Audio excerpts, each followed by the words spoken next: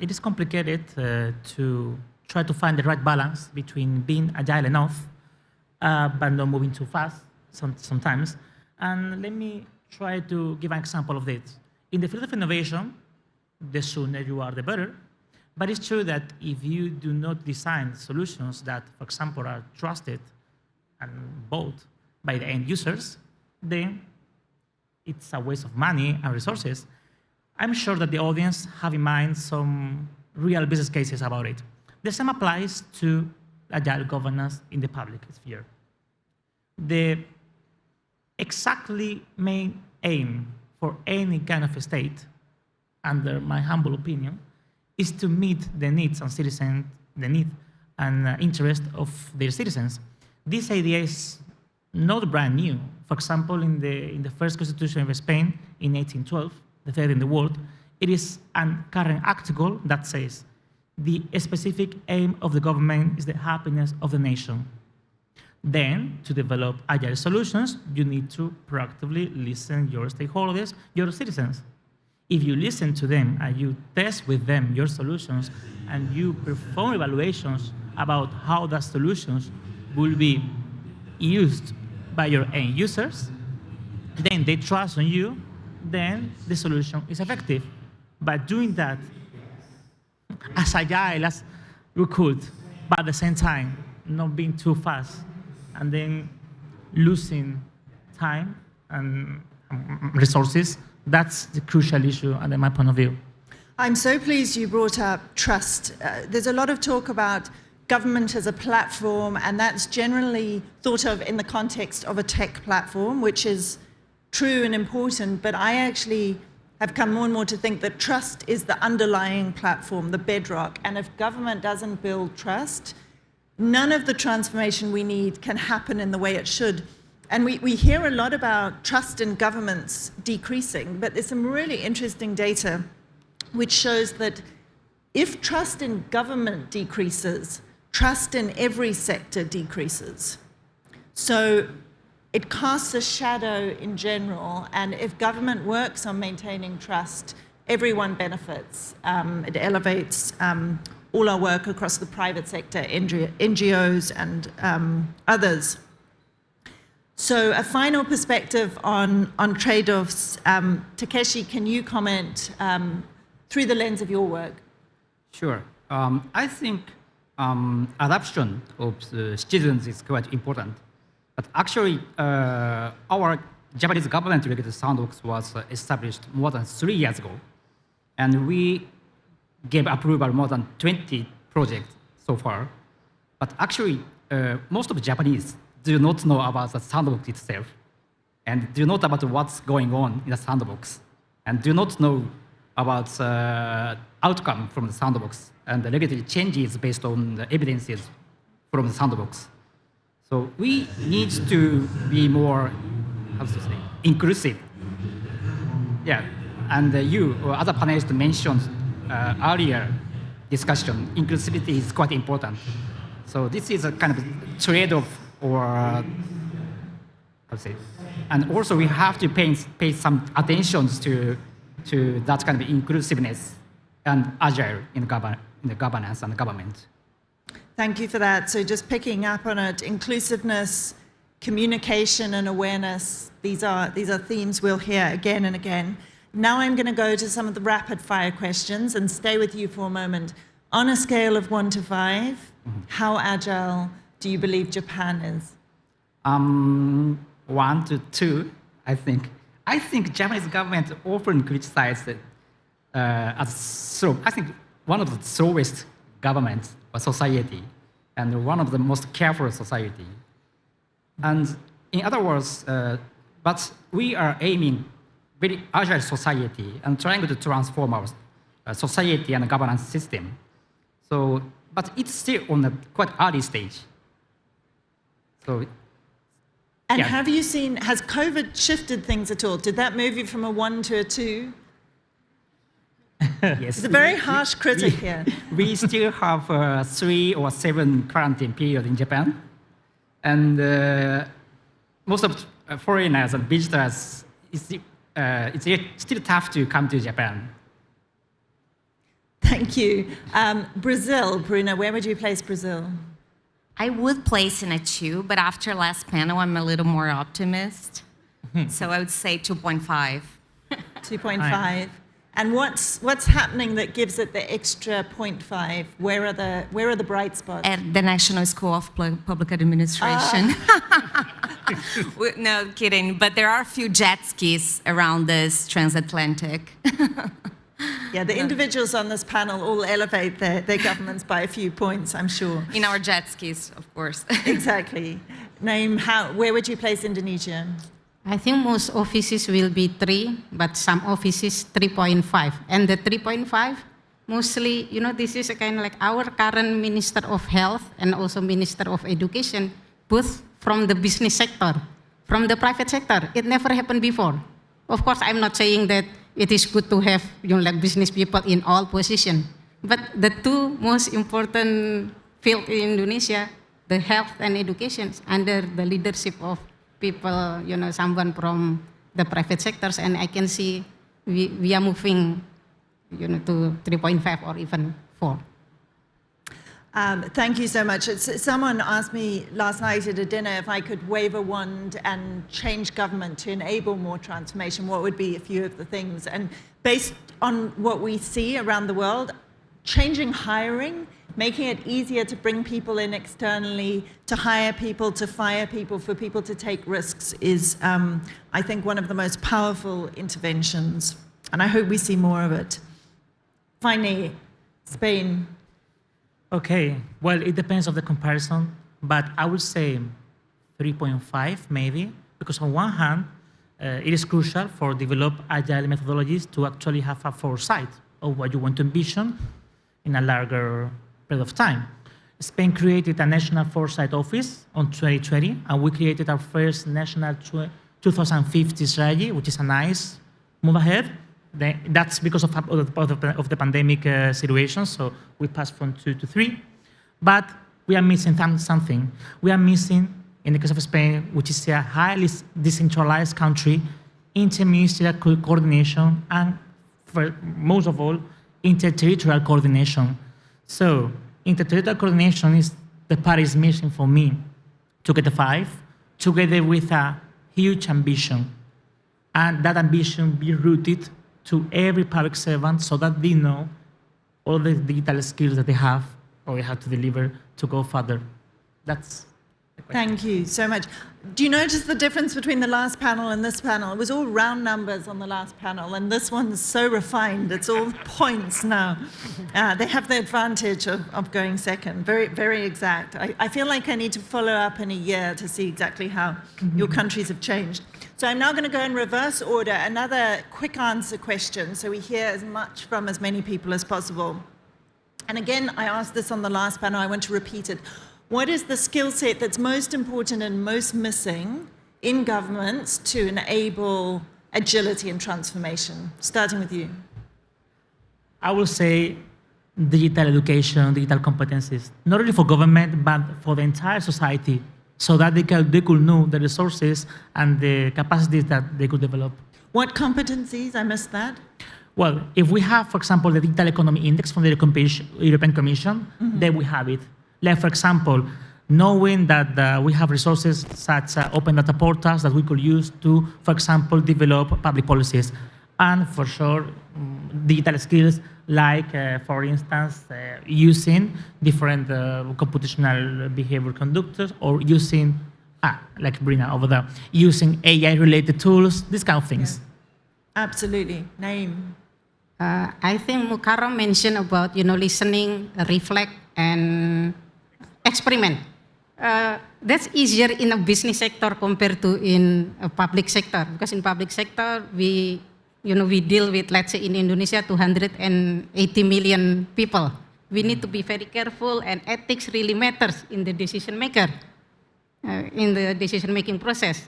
I think this is the balancing, the balancing between taking the risk of learning from the business sector, but also this is about the life and livelihood of, people, 280 million. I think that's very, very hard, but we need to find the balance. It's very hard, the hardest challenge. Can I just ask on that, those three, listen, reflect, and experiment, which do you think is hardest for government to do?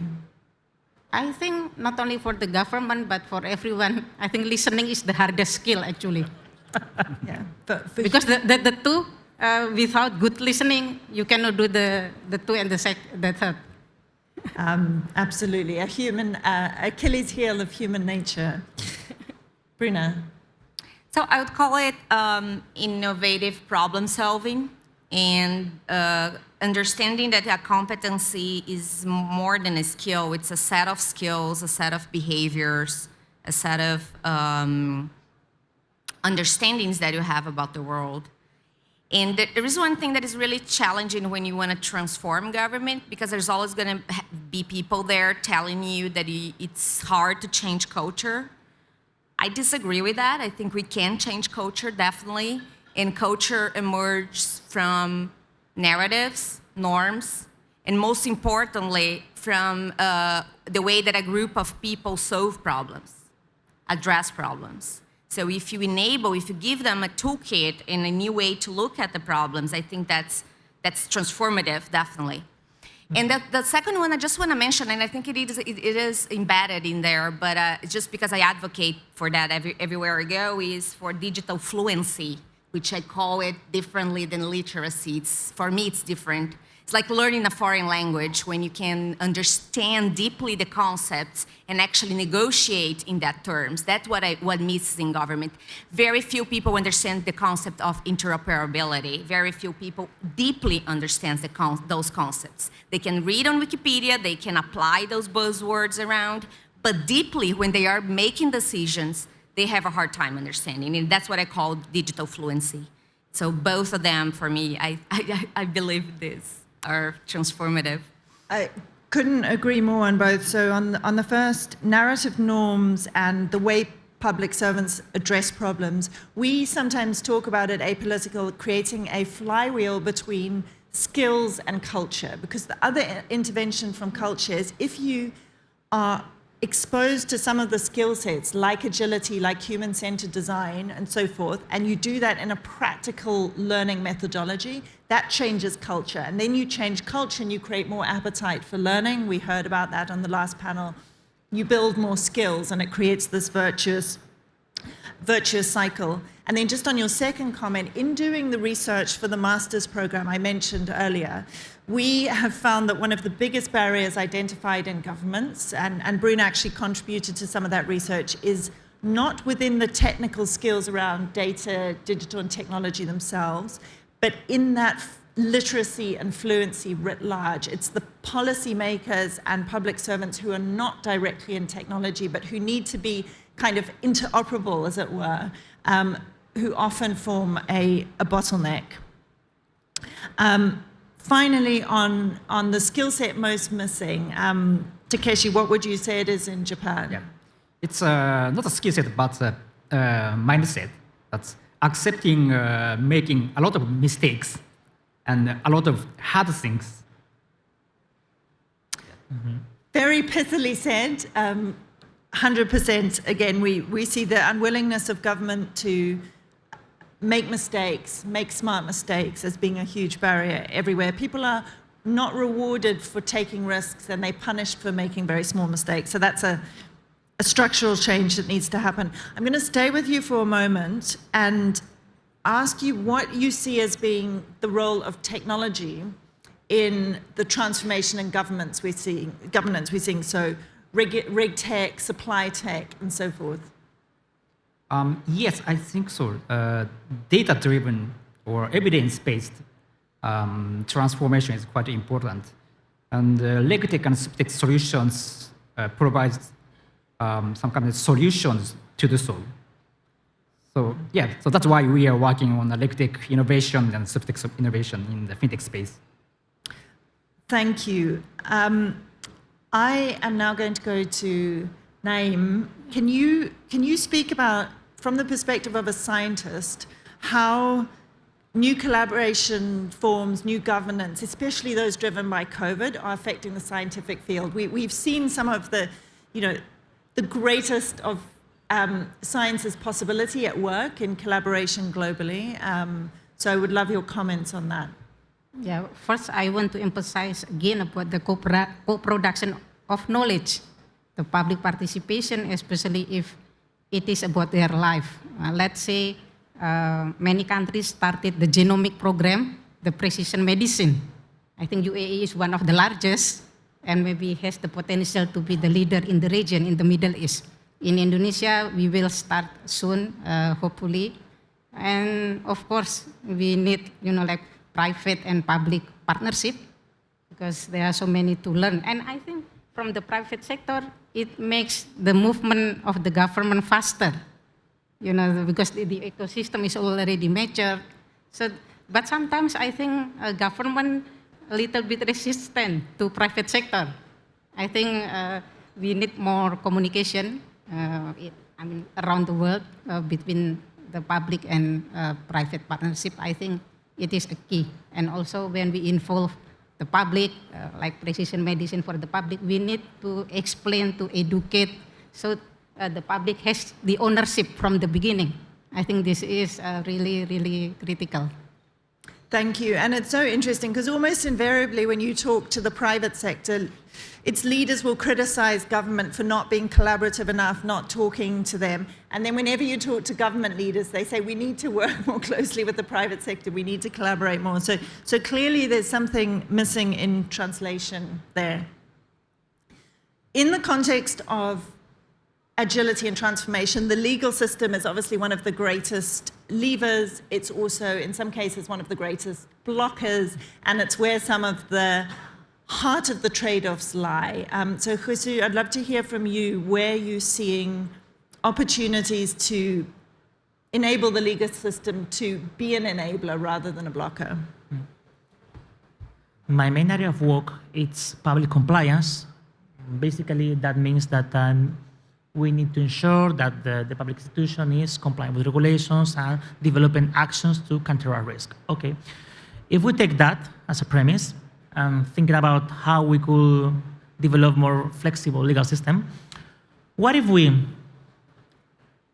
develop a methodology based on potential impacts and probability of those impacts, and we create two pillars to develop those: accountability and resilience. Accountability, which is public compliance, that means good governance, that means leadership, that means performance evaluation, that means public compliance, and that means sustainability. Okay, if we take those 5 axes for operation, and then we take resilience, which is the capacity of a state to mitigate, prepare, and respond when facing crisis, then you have a general framework for developing all your further actions. And we have an example of this, for example, in the European Union cohesion policy that is based on 7 enable conditions, as broad as we could, to actually be able to fit in 27 different legal realities. But those are based on most of these axes that I mentioned to you, that at the same time are based on the ISOs, the last ISO on public compliance. So basically, it's try to create a general framework that makes sense, based it on critical core values and principles for this state, not for a government, for a state, and then develop concrete measures and actions that could help you to develop further in this direction. I try to concentrate it in a really short intervention. Yes, it's a complex challenge to distill. Thank you. Distilled so elegantly, and what really lands with me is having core values as the infrastructure and having them start these conversations, which is so important. So we have, just a time check, we have about 7 minutes left. I'm going to ask a final question to Bruno and then hand over to the audience for questions. So please have a think about what you'd like to ask our panelists. And Bruno, just to wrap up this part of the panel, you lead a lot of innovation projects in Brazil. Can you describe one and also describe a successful one, perhaps one of your most successful projects, and share what principles are at work in making it successful? Why did it work? Okay. So Brazil has now, because of the national strategy for digital transformation, which we helped design, the Google of public services in Brazil. Before, you had to go to every website, health or education to find your services. Now they're all digitalized, and not all, because the goal is not achieved yet. The goal is to digitize 100% by 2022, which is now. So by the end of the year, I hope they have reached it. But one thing we did, and I think it was very aligned to our principles, is redesigning the portal to be based on citizens' moments in life. So instead of looking at this website and accessing the services, looking for the name of the ministry that you are looking, the themes, whether it's health, whether it's you have to reach the Ministry of Labor or something, you would go to the website and then access it based on the moment you are in life. For example, oh, I'm about to retire, or I'm about to get married. What are the services that are there for me? Oh, I'm an immigrant, and I need to change my how they call it, the diploma to be valid in Brazil. What can I do here? But to do that, we got the public officers, their senior officials, like high-level officials, and we got them and put them together in a room, and they went through a number of workshops using ethnographic research and design thinking. So they had to experiment on a daily basis how was it to use the website in the shoes of one of those personas. And it was mind-blowing for them, because they realized, okay, they have a service for immigrants, but what if the immigrant doesn't speak Portuguese and it's common? Because Brazil does have a number of refugees and immigrants coming. So they really absolutely revamped the website. It's still in a prototype, so we helped them develop it. Just going back to my previous answer, we did that. Do you think we developed capacities throughout that project? Of course we did. But we didn't sell it as a course. We sold it as, okay, come here and I help you to solve your problem, which is the low access accessibility of the website. So I think I think this project entails not only the mindset of people-centered design, of having a collaborative manner of solving problems, but something that for me is really important to mention, which is having a more humble leadership. You have to be very humble to leave your ivy tower of a government, your office, and go out and actually understand why you are there and what do your citizens need. So that's one thing, which is for us a principle. And just to finalize, which is something that I just reminded Robin, is one thing that was mind-blowing in my career, and it is really related to this panel, is one day I read, I don't know why, I was reading a book by a Chilean guy. He's a biologist. His name is Humberto Maturana. I don't know if you heard of him. He's in biology, not in government, not in agile. But he wrote something like this, translated into English. In complex systems, everything changes in the surrounding of what we preserve. And for me, that was mind-blowing, because preservation and change is like in the same sentence. That's crazy. And then when I started working in government, I realized that the whole theory of change, the whole concept I have to make and to tell the people that work with me, the people that are together, my stakeholders was, okay, so we need to change, we need to transform this, but what do we want to preserve? We want to preserve our ability to deliver public value. So we have to make it very clear.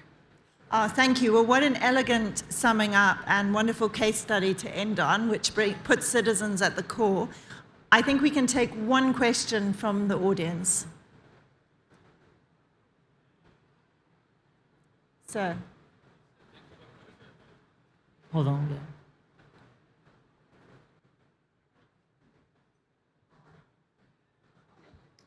Thank you very much. My name is Adil. I am from the Emirates Center for Strategic Study. What caught my attention, in fact, you use the digital influencer, I believe, something like that in your speech. Would you elaborate more on that? Does that mean the ability of understanding the digital information from the government, or just the influence of the information to the government? What did you mean with that? Well, what I meant is whenever people ask me, oh, you think digital technologies are a platform or an enabler or a broker for government transformation, I say no, none of the above. Digital technologies is the world we live in, is the water we are swimming in, and we have to understand it deeply in order to understand how we make decisions in the 21st century.